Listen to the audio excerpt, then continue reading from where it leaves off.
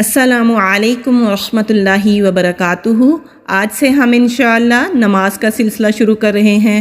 نماز کو ہم صحیح تجوید کے ساتھ پڑھنا سیکھیں گے، تو آئیے شروع کرتے ہیں۔ احادیث میں ہمیں نماز کی ابتدا میں پڑھنے کے لیے 3 دعائیں سکھائی گئی ہیں۔ ہم بچپن سے ایک ہی دعا کو نماز میں مانگتے آ رہے ہیں، جبکہ صحیح بخاری اور صحیح مسلم کی احادیث سے 2 دعائیں اور بھی ثابت ہیں جو کہ بہت کم لوگ جانتے ہیں اور مانگتے ہیں۔ تو آئیے ہم ان 2 دعاؤں کو بھی سیکھتے ہیں جو کہ نبی کریم صلی اللہ علیہ وآلہ وسلم پڑھا کرتے تھے۔ صحیح بخاری کی حدیث ہے، حضرت ابو ہریرہ رضی اللہ تعالیٰ عنہ روایت کرتے ہیں کہ رسول اللہ صلی اللہ علیہ وآلہ وسلم تکبیر اولا یعنی کہ پہلی تکبیر اور قرات کے درمیان کچھ دیر چپ رہتے۔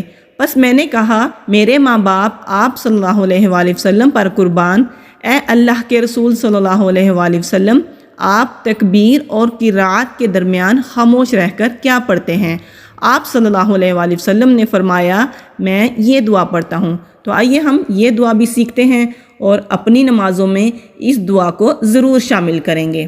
اللہم باعد بینی و بین خطایای کما باعدت بین المشرق والمغرب، اللہم نقنی من الخطایا کما ینقی الثوب الابیض من الدنس، اللہم اغسل خطایای بالماء والثلج والبرد۔ اے اللہ، میرے اور میرے گناہوں کے درمیان اتنی دوری کر جتنی مشرق اور مغرب میں ہے۔ اے اللہ، مجھے گناہوں سے اس طرح پاک کر جیسے سفید کپڑا میل سے پاک ہوتا ہے۔ اے اللہ، میرے گناہوں کو پانی، برف اور اولے سے دھو ڈال۔ سبحان اللہ، کتنی خوبصورت، کتنی مکمل ترین اور جامع ترین دعا ہے۔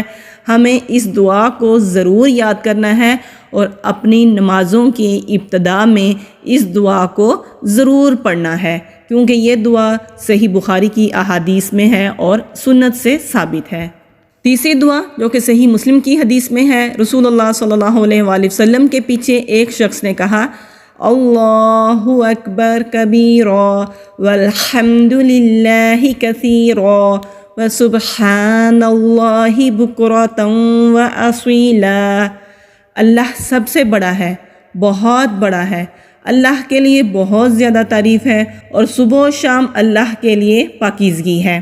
جب یہ دعا کسی شخص نے پڑھی تو سن کر رسول اللہ صلی اللہ علیہ وآلہ وسلم نے فرمایا، اس شخص کے لیے آسمان کے دروازے کھول دیے گئے ہیں۔